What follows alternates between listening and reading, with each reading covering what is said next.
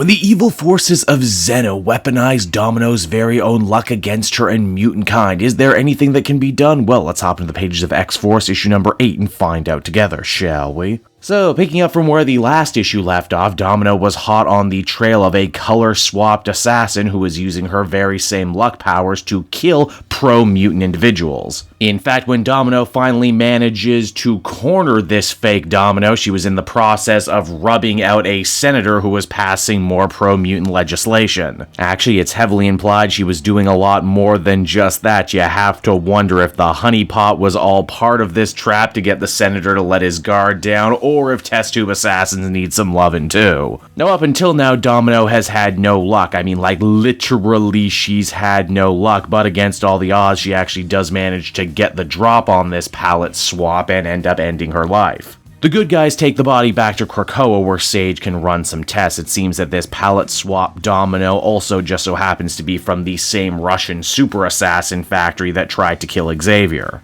Only where the paratrooping assassins had pieces of Domino's flesh sewn into them to give them more luck, this new generation of super assassin is literally spliced with her DNA to the core. But believe it or not, none of that is the craziest part. The craziest part is that after Domino killed the fake Domino, she actually started feeling luckier again, even finding a 4-leaf clover. The idea seeming to be that the only way Domino will ever get back to full power is if they can deal with all these fake Dominoes they got running around, but before they do that, Domino is going to have to work through the metric boatloads of PTSD that she's still wrought with. Once again, at night on Krakoa, Domino ends up meeting up with the equally tortured and distraught Colossus, and you think for a second, is this where they start having a little sexual therapy? Is this where they start knocking mutant boots? No, actually, it's much darker. They talk about their horrible mental and emotional scars that they've been suffering with right now, and they figure, hey, you know what, Krakoa has cracked the code on resurrection, so why don't we just kill ourselves? We can be resurrected without that horrible stuff in our head. Naturally, they don't mean it, they're just depressively spitballing, and Domino in particular realizes full well that her pain is as much a part of her as anything else, and if she just eternal sunshined it away, it wouldn't actually be fixing any problems. Now, Sage actually being quite inspired by the whole 4-leaf clover conversation she had with Domino, figures the best way to track the brand new assassin factory is actually to follow the 4-leaf clovers, considering that they are such a statistical abnormality.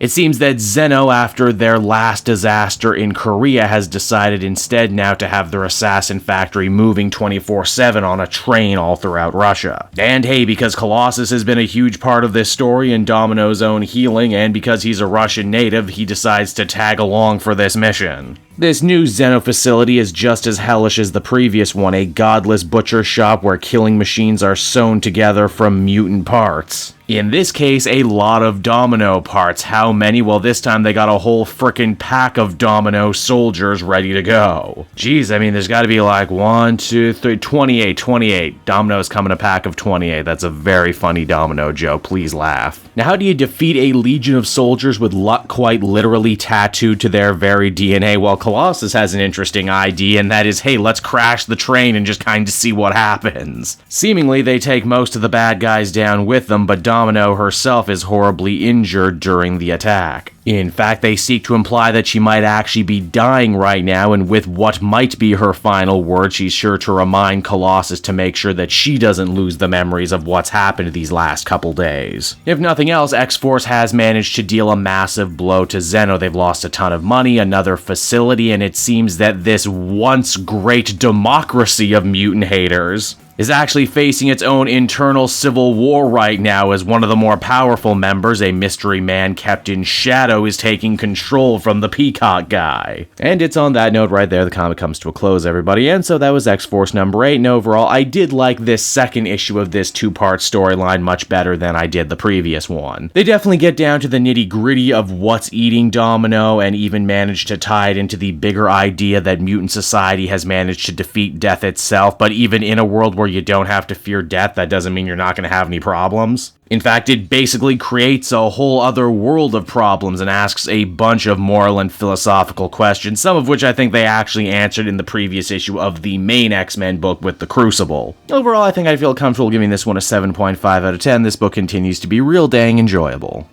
Hey there everyone, Cape Jewel again, and I want to thank you so much for watching to the end of the video. As always, if you liked what you see, be sure to like, subscribe, comment. It really helps drive engagement and helps me out too. Also, if you are a patron, which you can become for as little as $1 a month, you will get exclusive content that no one else can ever see, and you'll get to see the Comic Multiverse podcast before anyone else too. You can check out all this and more down in the description. And until next time everyone, this has been Cape Jewel, and I'll see you all next time. Cheers.